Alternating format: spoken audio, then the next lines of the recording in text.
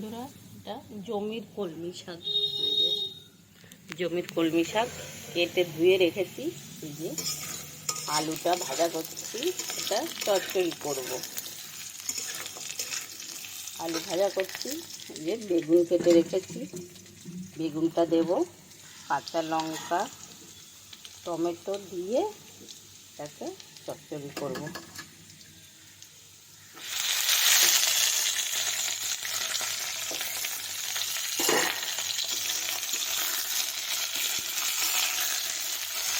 চলো এটা ভাজা হতে থাকে।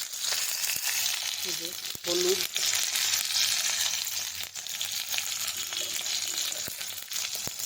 নুন দিয়ে দিলাম।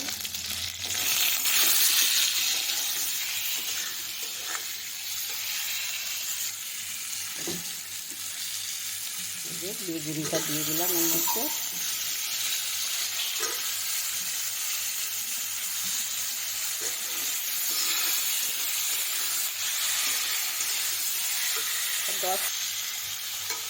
এই যে কলমি শাকটা দিয়ে দেবো এর মধ্যে। কষানো হয়ে গেছে।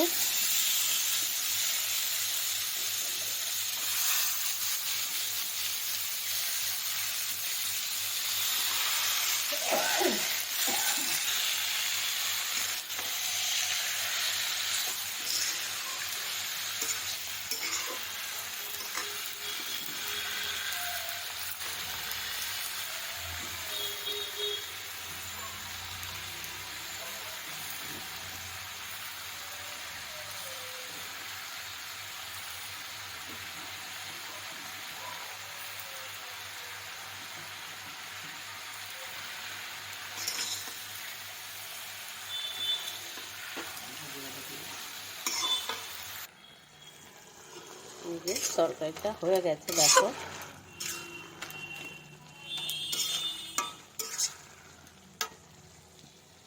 এর মধ্যে একটু বড়ি বা ইসে দিলে ভালো হতো। বড়ি নাহলে ইলিশ মাছের মাথা দিয়ে দেওয়া গেলে খুব ভালো লাগতো। মিষ্টি দিয়ে দিলাম, যার যার পছন্দ মতো সে মিষ্টি দেবে। গরম গরম ভাতের সাথে খুব ভালো লাগে এটা খেতে।